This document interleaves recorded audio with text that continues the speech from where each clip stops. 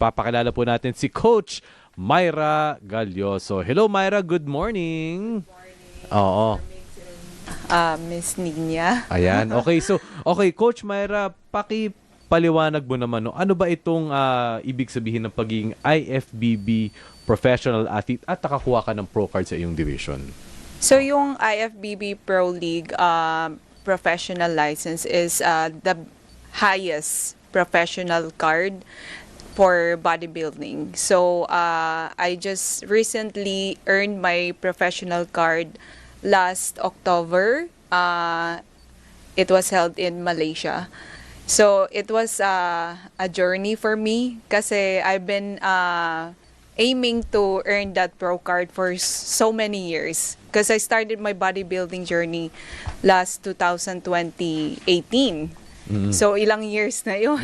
So I've been competing. I earned different pro card, but this one is ito talaga yung highest level. Ito yung pro card na magdadala sa'yo sa Olympia. Wow. So ito yung ticket mo para makarating ka ng Olympia stage. Tama. Oo. So my journey was I competed here in the Philippines. Second ako sa pro qualifying, and then I tried again. Pumunta ako ng Las Vegas. Talagang pumunta ako all the way para lang ma-achieve ko yung pro card na gusto ko. And then, I placed second again. So, from that time, nag-iisip na ako, ano ba, para sa akin ba talaga tong bodybuilding? So, maraming struggles. And then, sabi ko, sige, I will try again sa Malaysia. So, after that, yun, nakuha ko na yung champion. So, kailan yun? Yung last sa Malaysia? October 17. Recently? This year, Uy, yeah. Congratulations. Congratulations. So, 3 months ago. natalo mo iba't ibang bansa. Yeah. Oo. Yeah. So, sa iba't ibang parte ng mundo or Yes. Asia lang ba to? Actually, yung sa Las Vegas, yun yung lahat. As in, may European, may Asians, may taga-US. So, we're like 40 plus na female athletes. So, I placed second. So, Parang sabi hindi ko, ka pa oh my masaya sa God! second, Myra. Kasi Napaka-achiever talaga, mo. I'm really aiming Gusto mo talaga first? Oo Yeah, naman. first. Oo. Yun Okay. talaga yung gusto ko. But I'm very happy kasi sa backstage pa lang, nafe-feel ko na yung tension na parang sabi ko, I'm the only Filipina here. Na parang I'm representing Philippines. And then mayroong mga European na sobrang gaganda talaga ng katawan nila. So I feel like makakapasok kaya ako sa top 5. So, kasi yun, the Amateur Olympia is one of the biggest competition. Yes. So, biggest stage na siya. So, nung nag-second ako, parang sabi ko, I'm super happy, but I will be super happy kung talaga nakuha ko yung first. Oh, wow. So, Galing naman. parang I'm very proud to represent talaga the Philippines. Oo, Yeah, tama. and we're so happy na may ganito pala kasi syempre mas maganda mag-create tayo ng awareness. Ito kasi pinaghirapan mo and Yeah. talagang dala mo ang bandila ng ng ating Pilipinas. bansa. Super proud ako. Even, kasi yung bodybuilding, like what you said, is not very famous here sa Pilipinas. So, Lalo na sa babae. Parang Yes. feeling ko, Oo, ano kasi oo. yan Yeah. Unfair nga eh. Usually kasi Pagka, sorry ha, pag maskulado yung babae, titingnan ka, parang Yeah. hindi dapat ganun. Pero pag sa lalaki, okay lang. Yeah. Eh, bakit ayaw ba nila ng mga babaeng kayang-kaya silang talunin? Kaya nga Pagdating magaling sa- ngayon, kumbaga Ano, blazing trail, 'di ba? Kumbaga Yeah. sila yung mga trailblazers sa ganitong klaseng industriya. Kasi yung Mr. Olympia at Denise, para sa mga Yung si makikinig. Schwarzenegger, di ba? Oh, yes. Yes. Oh, yan ang Olympics ng Oo. bodybuilding, the Yeah. most prestigious, 'di ba? So pag nakita natin visually talagang mga malalaki, Yeah. mga Grabe nga maskulado, eh, oo. talagang mga alam mo yung para mong inukit. Yes. Oo, yung kanilang katawan. Parang hindi totoo. Pero sa male, 'di ba? Pero maganda ngayon sa female na talagang nagbibigay ng daan ngayon para sa inyong Myra. So again, Myra, to emphasize yung itong unang mong nakuhang pro card sa iyong division, tama ba Yeah. na ngayon lang taon na ni launch? Yeah. Tsaka Ano yung ito? division mo? This is the fit model. So, Ano yung sabihin nun? ang fit model is more on a feminine look.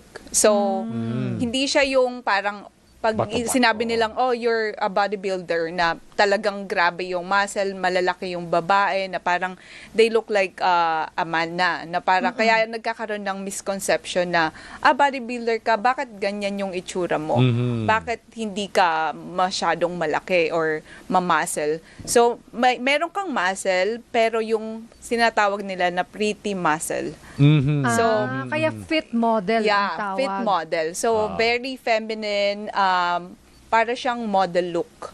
Yes.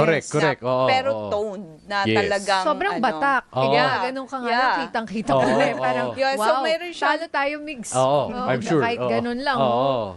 Oh, Hindi, wala tsaka- walang ka-effort. Hindi, eh. kasi maganda rin yung Oo. kategoryang fit model. Siguro yun na rin yung way nila para maging inclusive, no? Yeah. Maka-adapt sa mga panahon na para nga ma-break yung Yung- stigmang ganun na kailangan ganito ka, malaki Yeah. ka, etc. Na Yeah. para i-pursue din siguro yung sport. Yes. Diba? Oo. Yes. So, Oo. And okay, well, in your case, tama ka, iba kasi yung visualize natin pagdating sa bodybuilding. Yeah. Ito, fit model Yes. bodybuilding, which actually doesn't look nga na, Yeah. hindi marang Schwarzenegger Yeah. nga. Na or massive. Para kang, Oo. sabi mo nga kanina, you look like a man. Although there's also nothing wrong with Yes, that. of course. Yeah. Oo, oo. May mga champions din ng mga kababaihan Yes, oo. na yun naman ang depende sa build ng katawan. Ikaw kasi yung build mo from where I'm looking mukhang model. Yeah. I Yes. mean broad shoulders, Oo. payat. Yeah. Oo. And So- syempre maganda. Of course. Oo. Yes po. So, kailangan po sa fit model, kailangan yung overall look mo, the symmetry of your upper body and lower body, smaller waistline, very feminine look, and then you have ano pa rin, maganda pa rin yung mukha talaga. Pwede ka nga sa Miss Universe eh. Di ba? Very Filipina Oo. and the hair and everything. Oo. Oo. So, actually, and then tell me as your routine, how do you achieve this look? Kasi, ang tawag ko dito, parang hindi lang yung model na, hindi yung model na wave. Alam mo yung parang payat, na parang patpati, na pagka nahanginan ka, babagsak ka na. Siya po iba eh. Iba yung model look ni Myra. Ano, Yes ano ba po. yung routine mo? So, my routine is, I have morning cardio. I do my fasted cardio. Ano yung fasting? Hindi kakain. Yeah, so Oo, fasted fasting cardio is like cardio? empty stomach Okay. yung ano mo. And then you gonna do your any kind of cardio like walking, outdoor running, treadmill. Pwedeng jumping jacks. Pwede. Ginagawa ko yung Mm. minsan. Anong advantage nun? Bakit kailan walang laman yung tiyan mo? So for me, yun yung preference ko. But wala namang problema if you want to work out with food. Oo. So para sa akin, mas gusto ko siya before I eat my first meal, nakapag Exercise ka na. exercise na ako. And then after that, mag-work muna ako with clients, and then if meron by the way, what's your work? Meron I'm pa a pala. fitness coach po. Okay. Oo. So, yung first client ko kasi 7:30. So, I have to wake up like 3 in the morning or 4. So, I will be Wow. able to do my own routine, my workout. And then, after that, after my clients, pag meron na akong time for myself, doon ako mag-weight training. So, meron pa akong training. Aside from doing cardio, meron pa ako talagang strength training. Tama. Kailangan yun Oo. talaga. Wait, speaking of strength training, may kaibigan nga ako sinasabi sa amin na habang tumatanda, especially yung edad ko, ganyan, kailangan strength ang Yes. tutukan mo. Ang Hindi i-build. yung pagpapapayat lang or Yeah. pagpapapayat. Hindi po yun eh. Hindi lang It's siya the puro muscle. cardio. Oo. Hindi lang siya puro diet. To achieve toned physique, kailangan talaga meron kang strength training specific dun sa muscle na gusto mong i-improve din. So, ganun yung bodybuilding is more on specific muscle na tina-target namin. So, day by day, different muscle part yung wino-workout namin. Bakit? Ano yung, kumbaga, sa tanong ni Ate Nina na the more na siguro nag-age, the more na bakit kailangan tutukan yung strength? Oo. Kasi yung, tawag dito, yung muscle natin, kailangan talaga yung strength training kasi, Oo. yeah. And And then, lumiliit ba yung muscle? Oo. Or nawawala, or Mas kailangan palakasin. Mas humihina. humihina. And then humihina. yung buto mo, wala Yeah. na nagpro-protect sa Yeah, buto mo. walang protection. So, by doing strength training, for longevity din siya. Correct, ng, correct. ng ano natin. Ng buhay. Ng Oo. buhay natin. So, coach, ngayon, no, well, transition na ako kasi konti na lang ating minuto. Kasi holiday season na, Yeah. di ba? So, siguro, ano yung mga ginagawa mo rin na mga pang-araw-araw na makaka-relate din? Di O ba? yung kahit na hindi kami bodybuilder, Oo. ordinaryong tao Oo, tulad para ko, maging for fit. example, anong Oo. pwede namin gawin? Actually, yung being mindful lang talaga sa kinakain natin. Kasi yung pagkakaroon naman ng healthy lifestyle, it start with what you eat eh. Then, next, yung activities mo everyday. Kahit na mag-walking ka lang everyday, I think that's the simplest way to stay healthy is walking at least 10K a day, doing Wait, some 10K? workout. Okay. Yeah, 10,000 steps. Yeah, 10,000 Ah, okay. steps. Akala ko 10 10K kilometers. steps. 10,000 steps. Yeah. Oo, marami rin yun. Marami ah, rin, 10K. marami yun. Oo. Oo. Pwede yung sa normal, anong pwedeng start? 4,000, 6,000? Yeah, like 15 to 30 minutes walk, okay na siya. Okay. Kahit hindi mo i-track yung Steps. 10K steps. And then, choosing the right food, talagang high protein, and then wala yung mga oily foods. So, kasi yun talaga yung number one eh. Pag mga junk foods and oily foods, Yung mga makasukal, coach. yeah, yun mga Oo. matatamis, yung mga pastries, talagang, yeah, number one talaga siya. Talaga, kahit konti. Yeah. Hindi ka ako nagkikake. Pwede naman mga once a week, ano. Once a week? Tawad, oh. Yeah. Tawad mo ha. Once a week ha. Oo. Parang ako yung type na dapat May rinego sweet ka ba? everyday. May Oo counter nga eh. negotiation kung ka kasi ba? nakilang ng Kasi- isang maliit na square. Square. So at least mindful lang, yun importante. Yeah, Lahat naman being tayo. mindful talaga sa kung ano yung kinakain mo. Kasi number one talaga, kung ano yung kinakain mo, yung pinapasok mo sa katawan mo. Correct. You Yeah. start with that and then exercise. And sabi mo nga, Exercise. strength training, yung may Yeah. weights. May weights. Actually, even body weight. Kunyari, wala ka namang weight. Oo. Body diba? weights, yeah. Weights, I mean, wala ka mga dumbbell and all Correct. that. Yeah, Oo. jumping jacks. Oo. Yeah, maraming paraan para kahit hindi ka pumunta ng gym, you still can do activities.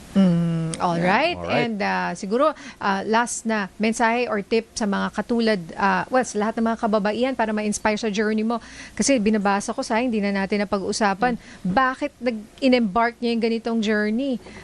Because you went through, parang you said before, you went through depression. Yeah. And then now, here you are and it forever changed your life. Yes. Oh, let's yeah. end on a positive note. Yes, So, my advice sa lahat ng Pilipina na gusto maging bodybuilder is to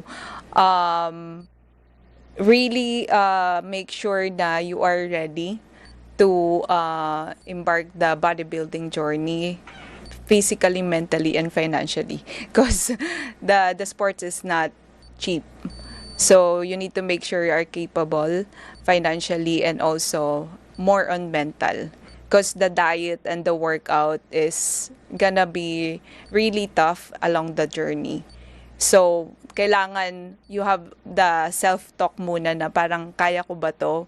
I can do this for 6 months na magda-diet ako ng intense. So, yeah, you need to make sure na you are physically and mentally ready talaga. Oo. Hindi basta-basta yan kasi Hindi. you're vying for the Olympics of bodybuilding. Oo. The top of the world. At Oo saka, nga. if you have to dream, di ba? Go Dream big. big. Oo. Go big talaga. Alright, Alright. naku, maraming salamat. Very Thank you. inspiring story. Myra Gallos or Coach Myra. Baka kung sinong gusto magpa-coach dyan, saan ka ba pwede naming, baka puno ka na, no? Oo. Just in case. Baka may mga, viewers, listeners, kailangan ng Yes. life, hindi life coach. Ng strength coach. Strength coach. So, you can Facebook, meron ba? Facebook and Instagram at Myra Gulyoso. So, same lang naman ng pangalan. Nandun lang siya sa... Alright. Myra M.Y.R.A. Galyoso. Galyoso. Yan. Maraming salamat you. sa'yo. Thank you. And Merry Alright. Christmas. Merry Christmas. Thank you,